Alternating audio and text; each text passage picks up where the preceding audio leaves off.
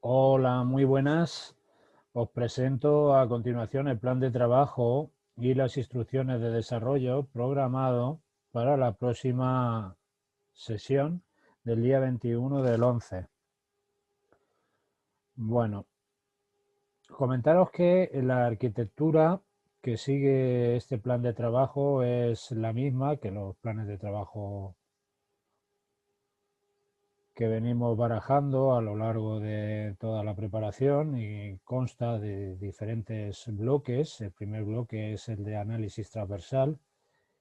del nivel transversal que dedicamos en esta ocasión a nivel lingüístico-filológico con esta muestra textual concreta.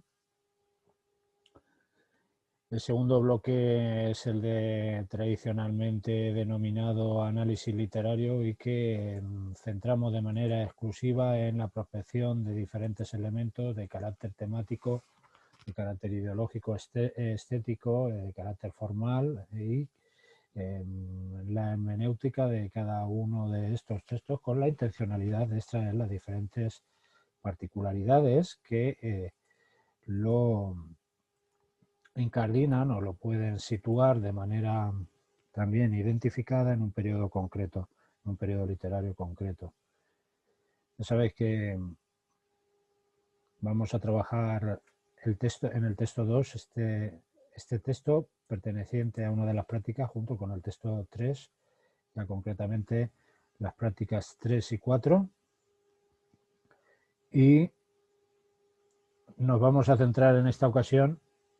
en el análisis de todo lo relativo a los elementos de carácter histórico literario bajo la concepción tradicional que venimos manejando y que venimos trabajando en el sentido de la extracción de los diferentes referentes de carácter textual y que se encuentran ahí presentes y que se relacionan de manera más amplia con la época literaria o época lingüística determinada. En este caso, como nosotros trabajamos también el comentario lingüístico filológico, aquí nos centramos más en el plano de la literatura y en la interrelación que pueda haber con los diferentes conceptos que aparecen aquí en el texto,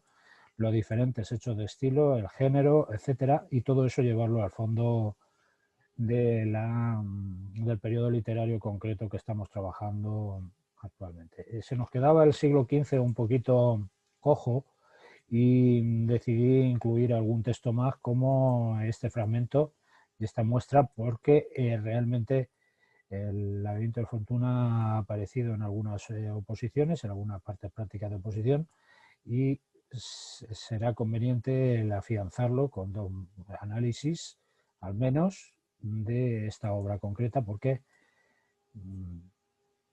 tenemos que llevar siempre todo bien asentado y bien trabajado para que no nos pille ningún texto de susto o nos pille alguna cuestión concreta con el paso cambiado, etcétera. Y bueno, pues en ese sentido es conveniente que tengamos las ideas claras. Bueno, vamos a iniciar el comentario del bloque 1, que es el nivel transversal que venimos comentando, venimos apuntando el nivel lingüístico filológico y para ello tenemos que ahondar una vez más y profundizar, adentrarnos en la verdadera esencia del nivel lingüístico filológico en tanto en cuanto nosotros los textos de la alta y baja edad media, estamos hablando de textos del siglo XII al siglo XV, que estamos trabajando de manera recursiva y de manera también de manera transversal y en un enfoque que tiene en cuenta o considerando un enfoque que tiene en cuenta el hecho lingüístico gramatical y que asienta sus raíces en una determinada evolución y en una determinada variación en lingüística, por eso examinamos la fonética histórica y fonología diacrónica en el sentido de plantear siempre una explicación de carácter gramatical o fenómeno concreto y no quedarnos en lo descriptivo. Y es que cuando nosotros nos vamos a un texto de estas características, lo más fácil es centrarnos en la mera descripción de fenómenos, constatarlos y llevarlos a un comentario más o menos superficial. Puesto que, bueno, pues aquí vemos que hay una vacilación en estas grafías pertenecientes al bilabial y al dental, y por lo tanto aquí en esta palabra, bueno, pues hay una confusión y una inestabilidad, o aquí vemos todavía una confusión entre los órdenes dentoalveolar africado sonoro sordo y el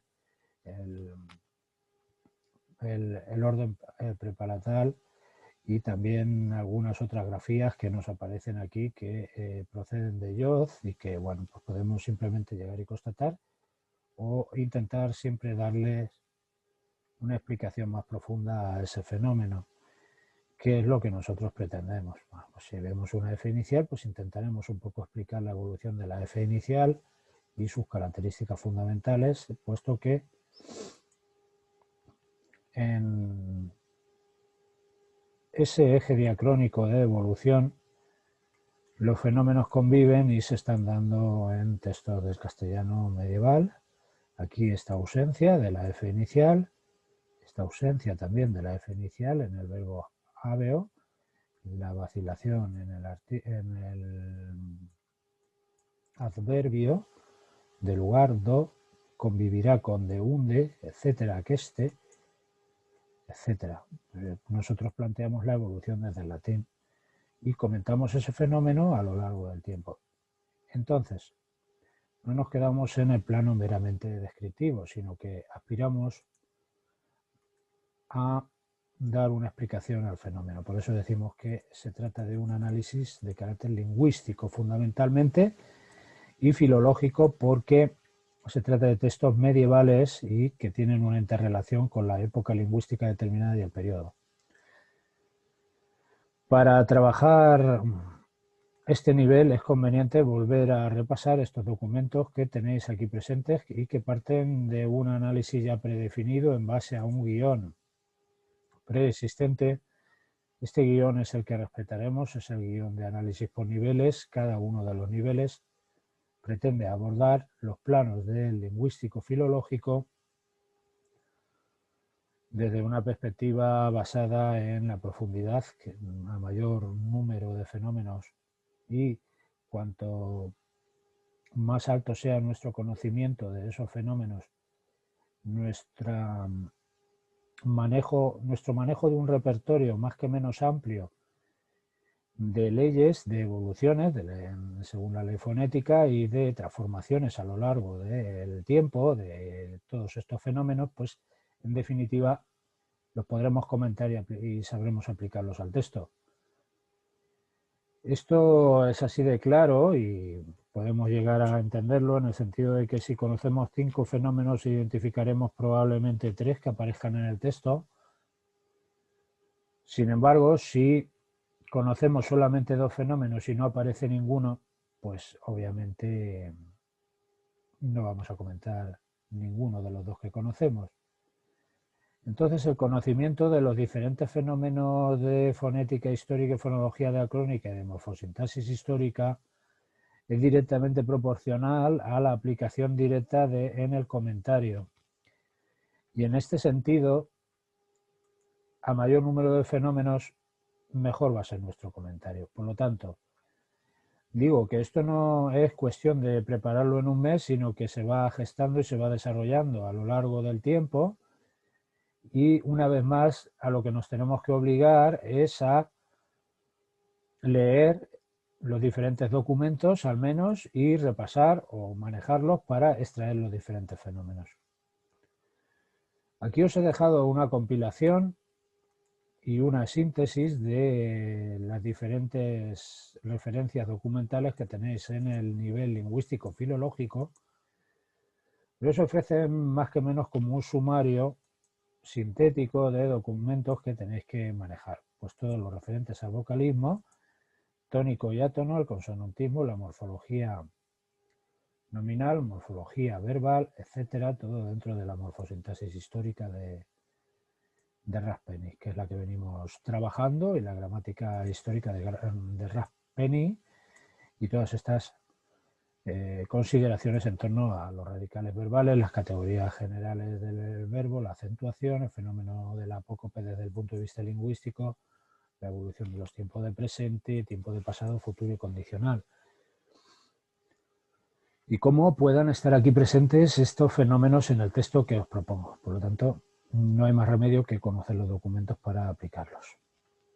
De manera parecida, nosotros planteamos aquí un análisis que está basado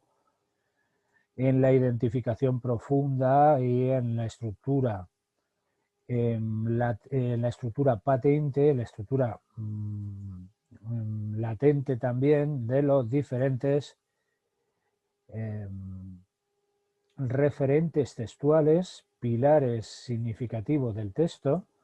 Y por ejemplo vemos ya la alusión primera a los hombres, en ninguna época literaria y en definitiva de pensamiento, también de carácter estético y en el sincretismo que ofrecemos y que presentamos también en el panorama creativo del humanismo renacentista, la revalorización del hombre y cómo el hombre adquiere un protagonismo fundamental desde una visión antropocéntrica como centro del universo y centro de la creación divina como esos santos padres de la Iglesia y la propia patrística recurrirán a los textos antiguos porque la concepción del hombre equilibrada, armoniosa, perfecta, servirá de manera también muy concreta para revalorizar el mensaje de la creación divina de ideas teológicas como la reencarnación, en el misterio de la Santísima Trinidad, y también, bueno, pues algunos asuntos más de carácter teológico, como pueda ser, bueno, pues esa imagen del hombre atado que aparece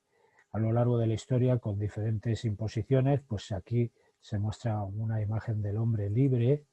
de ataduras, en la imagen originaria del paraíso divino, ¿no? El paraíso originario. Por lo tanto, estas imágenes del hombre sin ningún tipo de atadura dogmática de carácter ideológico se nos va a presentar en una naturaleza que da cuenta de esa idealización que se tiene en ese momento y que se considera y que se lleva a su máximo perfeccionamiento estético desde la perspectiva neoplatónica y de cómo también copia clara y copia fehaciente de la perfección divina. El hombre es como remedo de la propia perfección divina. En ese sentido, la filosofía neoplatónica la vamos a constatar en estos textos. Por la corriente estética neoplatónica vamos a ver también un anclaje a las estructuras de pensamiento de la Edad Media, etcétera. Vemos aquí en la referencia a la muerte, conocimiento de nuestras cosas, tuviésemos con ellas malas, con mayor voluntad desearíamos la muerte, nueva referencia a la muerte, etcétera. Y luego otros referentes que nos van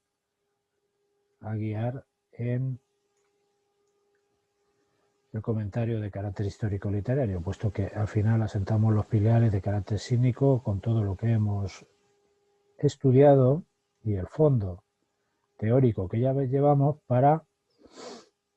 llegar a entender y llegar a construir un análisis que tenga en cuenta las derivaciones entre estos hechos que ya conocemos y lo que se nos mienta de manera clara en el texto, siempre y cuando teniendo en cuenta que el texto no es un pretexto para llegar y vaciar todo nuestro conocimiento sobre el humanismo renacentista, sin tiento ni medida. Esto no es así, vamos, no ha de ser así, bajo ningún concepto, sino que nosotros identificamos elementos en el texto con lo que ya hemos estudiado, ya conocemos y hemos trabajado y lo explicamos. Por ejemplo, la concepción del universo dentro de la Academia de Ficino, de Marsilio Ficino, pues ahí esa representación en la cúpula celeste de toda la astrología, la fascinación por la hermenéutica, la Divina Comedia como prototipo arquitectónico del universo, la gradación de colores, las estrellas, etcétera, la simbología de las estrellas, la propia filosofía neoplatónica se interesó mucho por ello. Ficino se interesó por la astrología y vio en el universo una muestra de la perfección divina. Hasta las propias estrellas parecían que sus puntas imitaban los travesaños de la cruz de Cristo, etcétera, etcétera. Entonces, toda esa filosofía, cómo se sincretiza, cómo aparece en unión y se da la mano en el humanismo renacentista. Bien, otro texto que tendremos que trabajar. Bueno, para este primer texto ya tenéis aquí el repertorio de documentos que os he dejado y las referencias concretas que tenéis que volver a leer. Nos pueden servir estas referencias porque ya las hemos leído y las hemos trabajado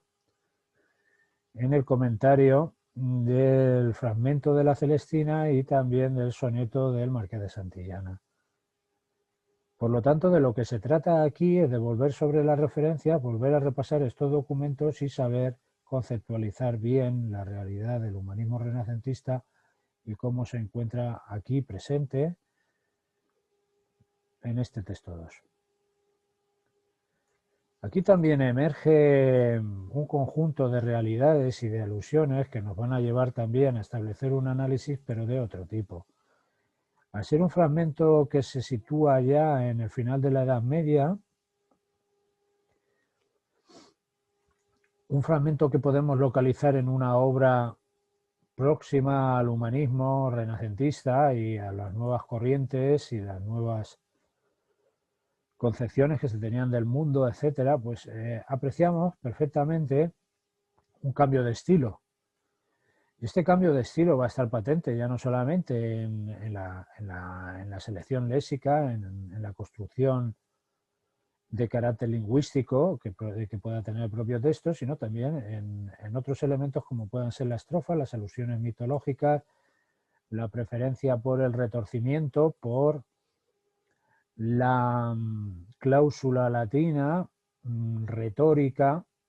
de carácter más ampuloso, más complejo, en definitiva, y estas continuas referencias a elementos de la mitología, a elementos de la realidad, a la concepción del mundo. Se creía en el poder de la diosa Fortuna, como también pueden aparecer referencias directas a otras temáticas que en intertextualidad se ofrecen en la obra diferenciada de autores como Jorge Manrique. Aquí está Fama, la vida de la fama, los fechos, cuanto más gloriosos mejor, porque dan cuenta de ese pasado memorable, memorable que ha vivido el protagonista, y por lo tanto es importante considerar la visión de las tres vidas, la vida de la fama, que es aquella que permanece en la estela del recuerdo y que se ha de conseguir en la vida terrena, puesto que dará cuenta en un futuro de nuestra imagen y de nuestra pervivencia. Una vez que dejemos la vida corpórea, la vida terrena, pues consideraremos que esta fama será la que perviva, junto a los fechos, etcétera. Bueno, pues esto lo podemos relacionar en todo el plano de la intersexualidad. Iremos a la forma métrica, iremos un poco a la temática, a los referentes. Para ello os he dejado estos documentos para entender un poquito más, o con la finalidad de que entendáis un poquito más todo lo que pueda ser la cosmovisión que hay ahí presente en ese fragmento. En principio tendríamos que irnos a revisar de una manera concreta y básica estos documentos que tenemos en el nivel literario en la poesía del siglo XV. Por eso he dejado este propio nivel en el nivel literario en la poesía del siglo XV, por la razón que he apuntado anteriormente, y es que realmente debemos aspirar a entender la poesía de carácter moral, la poesía del arte mayor, por si nos sorprende la parte práctica, que no nos ha de sorprender, habida cuenta de que lo llevaremos bien afianzado y bien trabajado. En ese sentido, bueno, pues aquí podéis revisar el panorama poético con especial atención, obviamente, a Juan de Mena, como esto también se interrelaciona con la lírica y la creación poética de otros autores. Esto es lo que debemos considerar también en la Gaia Ciencia, el arte mayor, el empleo artificioso, carácter moral elevado, etcétera, las imágenes y todo eso también dentro de una concepción más amplia, como pueda ser la de la construcción de la modernidad literaria y la base del humanismo renacentista, como están ahí presentes también. Eso es fundamental llegar a entenderlo.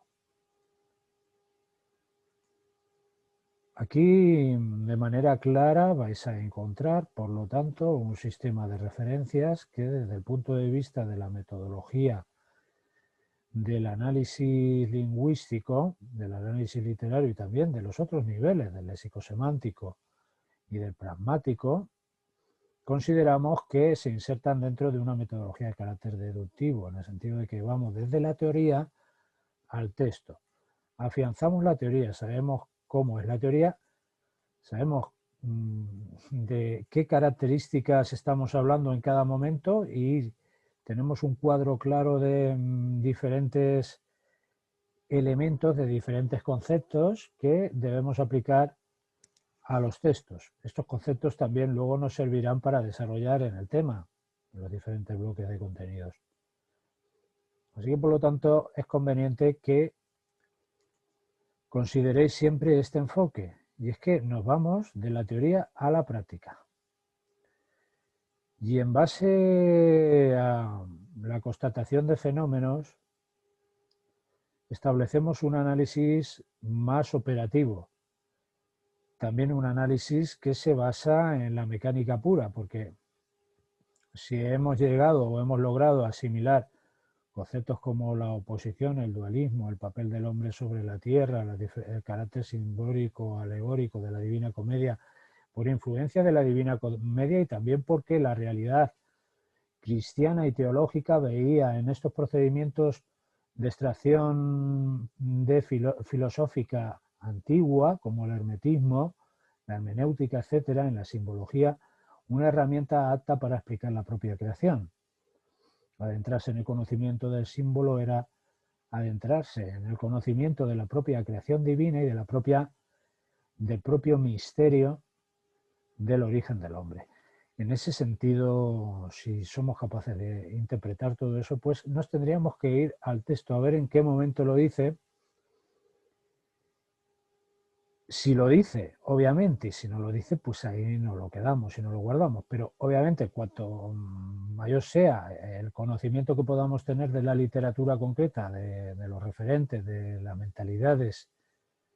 de las preferencias, de los géneros, el género dialogar, el género estrella que en el Renacimiento, en el humanismo renacentista también se convierte en el molde ideal de carácter también formal para ofrecer las diferentes manifestaciones y las diferentes creaciones, porque da la posibilidad de establecer puntos de vista opuestos y da pie también a la dialéctica, a la exposición razonada de argumentos desde el punto de vista también de esa visión dualista de la realidad. Las propias églogas entre Salicio y Nemoroso pues dan cuenta de la preferencia por el género dialógico. Pues todo eso hablaríamos del género, etcétera, etcétera, y lo identificamos en las diferentes composiciones. Y digo que es importante que tengáis presente el sistema de referencias, porque a partir de aquí ya nos vamos a encontrar estas referencias, estas bases estéticas ideológicas en los textos del siglo XVI y del siglo XVII. Y estas bases estéticas asimismo son las que nos van a ayudar y nos van a impulsar en la identificación constante de ideas, referentes, conceptos en los textos del primer y segundo siglo de oro. De tal forma que cuando lleguemos al barroco y hayamos logrado verdaderamente consolidar toda esta comprensión de la cosmovisión del momento, del carácter importantísimo que adquiere la nueva filosofía del neoplatonismo de la Academia de Ficino, con las referencias mitológicas, la continua síntesis con las alusiones a Dios, a la creación, las teorías, la teoría musical de las esferas, los procedimientos que se establecen de interrelación y de sincretismo absoluto entre todas las artes, el Dios pintor, Dios músico, Dios arquitecto, la interrelación entre pintura, literatura, música, la importancia del soneto como forma arquitectónica equilibrada, con influencias mitológicas y estrofa apta para la contención de sentimientos, etc. Toda esta interrelación nos va a servir al llegar al barroco, y en el barroco vamos a ver señales por todas partes dentro del texto. Nos van a saltar alarmas sin parar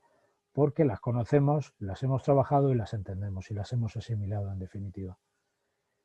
Entonces no queda más remedio que volcarse en este estudio, porque digo que llevando este curso en profundidad y comprendiendo lo que aquí hay, luego cuando lleguemos a trabajar la lírica del siglo XVI y la poesía del siglo XVII, también la prosa, llegaremos a entender en profundidad la verdadera significación de los textos, las diferentes referencias, los procedimientos de carácter pictórico, de carácter literario que hay en cada uno de estos textos y su significación en el panorama estético y literario de la época. Esto es fundamental. En la parte de los temas, en el tema 14, nos centramos en esta ocasión en el estudio del tema, o sea, del sintagma nominal, tema 14, con la estructura del sintagma o grupo nominal, con especial atención, obviamente, al nombre y sus características morfológicas dentro de la morfología flexiva, fundamentalmente, y su semántica, su clasificación semántica. Este tema va a ofrecer una interrelación clara con el nivel del comentario lingüístico. Ya sabéis que el comentario lingüístico puro de carácter gramatical, a la manera de Marcos Marín, tiene una estructuración que se basa en las diferentes morfologías que ofrece las categorías de palabras y concretamente la morfología léxica. Entonces, aquí ya sabéis que tenéis un guión de desarrollo que en cualquier caso podéis respetar y podéis considerar, puesto que ya sabéis que tenemos que ir un poquito a la interrelación que pueda haber entre el hecho lingüístico y las finalidades que ese hecho lingüístico pueda tener dentro del periodo literario concreto, y eso llevarlo a un plano un poquito más amplio como pueda ser la época literaria. Os lo explico aquí en este vídeo y os he dejado aquí este análisis. En cualquier caso, lo que tenéis que tener presente es que el sintagma nominal se situaría, bueno, pues en este primer bloque, ¿no?, del nivel morfológico. Analizaríamos hasta los adjetivos, los constituyentes inmediatos del sintagma nominal, sintagmáticos. Todos los constituyentes sintagmáticos y sus relaciones en el seno del grupo nominal, la estilística del artículo, el valor y uso del artículo, el valor y uso del adjetivo en el texto, con especial atención a su intencionalidad literaria, su intencionalidad estética, y cómo se conforma también el nombre, en base a qué semántica y qué expresividad puede llegar a dar dentro de una composición literaria concreta.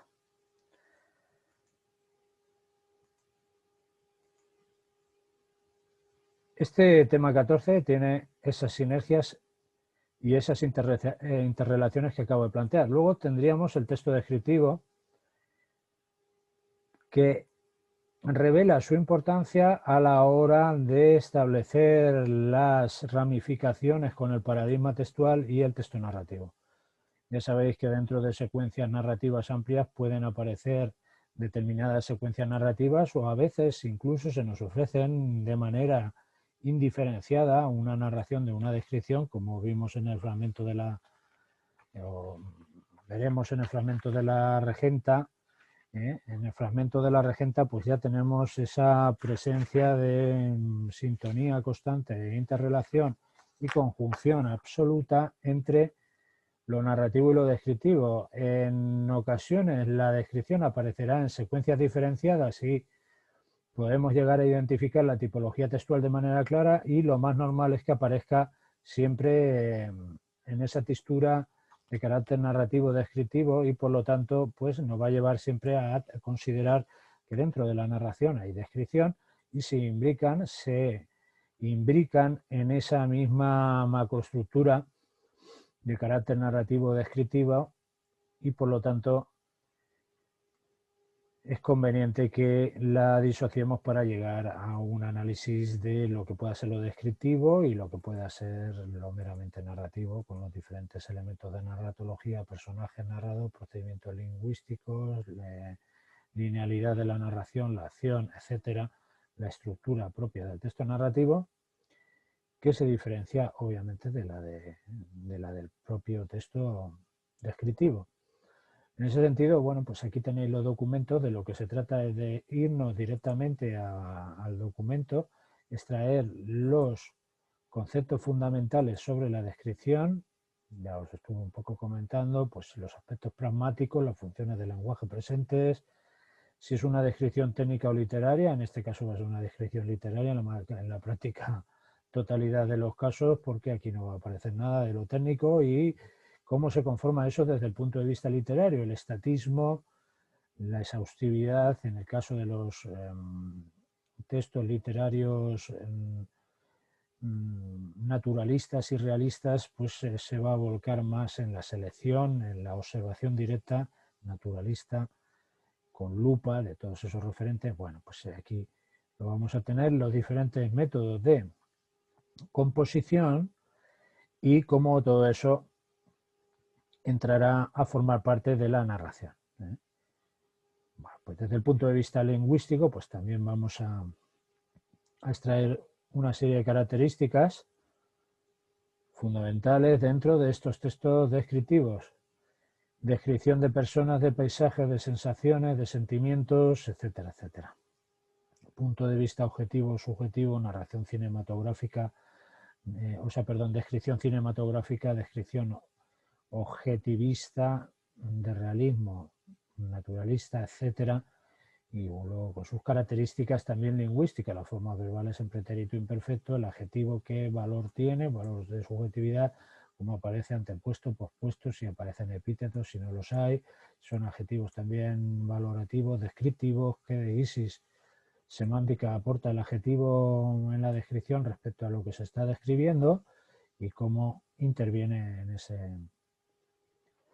en esa conformación de sentido, cuál es la del propio texto literario, ¿no? La sensación de forma y la literariedad. Este tema, el tema 27, va a estar dirigido a trabajar este asunto concreto, lo descriptivo, también importante porque, bueno, pues tanto a nivel de tema como a nivel de práctica podemos entrelazar diferentes conceptos y diferentes teorías, bueno, más que nada diferentes paradigmas de análisis que se van a interrelacionar entre lo descriptivo, el desarrollo del propio tema 27 y también la parte práctica, como os acabo de indicar. También en la didáctica pues tenemos que tener presente que a la hora de interrelacionar los diferentes criterios de evaluación que se encuentran dentro de la consideración de objetivos didácticos, hay que someterse a la tradición editorial, en el sentido de que cuando nosotros llevamos ya unos años enseñando la lengua castellana y la literatura, y los miembros del tribunal que os van a evaluar vuestra defensa conocen o se conocen al dedillo todos los libros de texto, la mayor parte de los libros de texto, y han estado dando clase constantemente hasta hace unos días, seguramente, en un determinado libro de texto, pues no queda más remedio que pasar por el aro y no inventar programaciones didácticas o salirse del guión establecido de lo que establecen las propias editoriales. Y es que aquí ya esto está sancionado en la docencia, que en tercero de la ESO se ve la literatura a partir de la Edad Media hasta el siglo barroco, y eso es lo que siguen todos los libros de texto, a pesar de que el Real Decreto no dice nada de eso. No dice nada de que tenga que estar en tercero de la ESO esa literatura. En ese sentido, ya sabéis que aquí hay total libertad, pero claro, si vosotros vais a llegar y en la defensa presentáis una programación didáctica de tercero de la ESO y no tratáis la literatura medieval, sino que tratáis, no sé, la literatura desde sus orígenes, la van a mirar de aquella manera, porque como ya estamos hechos a un sistema editorial de referencias en el que nos basamos y ya parece que tienen poco menos que, bueno, pues fuerza y rango de ley, no queda más remedio que pasar por el aro. Entonces, claro, nosotros podemos llegar aquí y pensar que esto está ideado para la etapa de la ESO, pero aquí no hay ningún artículo ni ninguna ley que nos diga que dentro de la educación literaria en el primer ciclo de la ESO tenemos que estudiar en tercero de la ESO esta literatura y no en segundo. Pero esto es así en los libros. Así que, por lo tanto, bueno, pues tenemos que organizar los diferentes contenidos de acuerdo a libros de texto ya establecidos e ir seleccionando aquellos que vamos a trabajar en cada momento. No podemos llegar y decir que en primero de la ESO vamos a ver la literatura medieval, ni que en segundo de la ESO veremos autores de la literatura barroca. Eso sería contraproducente, aparte de temerario. En ese sentido, lo que tenemos que considerar siempre es que nos ajustamos a un libro de texto. Os he dejado ahí el guión, los guiones para todos los cursos, y eso es lo que vamos a estar trabajando aquí. La selección de contenidos y poniéndolos en relación siempre con las referencias editoriales que os he dejado. Y finalmente, pues comentaros la necesidad de ir siguiendo los diferentes planes de trabajo, las clases, en todos sus apartados, con la finalidad de poco a poco ir tomando la dinámica que nos permita desembarcar sin ningún tipo de sobresalto, de forma tranquila, sosegada, con las ideas bien claras a las diferentes partes de los exámenes de oposición, sobre todo la parte eliminatoria de desarrollo de tema y luego de la parte práctica, obviamente, porque, claro, ahí hay un escollo bastante considerable y que tenemos que salvar siempre. Bueno, pues como siempre os agradezco la ocasión de haber prestado atención a este vídeo y os espero por la clase, espero veros por las clases semanales y que, bueno, pues ya sabéis que me encantan vuestras aportaciones y que vayáis comentando diferentes asuntos en todos los planos, de forma que podamos llegar a enriquecer todo el análisis de la parte práctica y luego, bueno, pues de los otros apartados. Bueno, pues en cualquier caso, un saludo y gracias por vuestra atención y que vaya bien.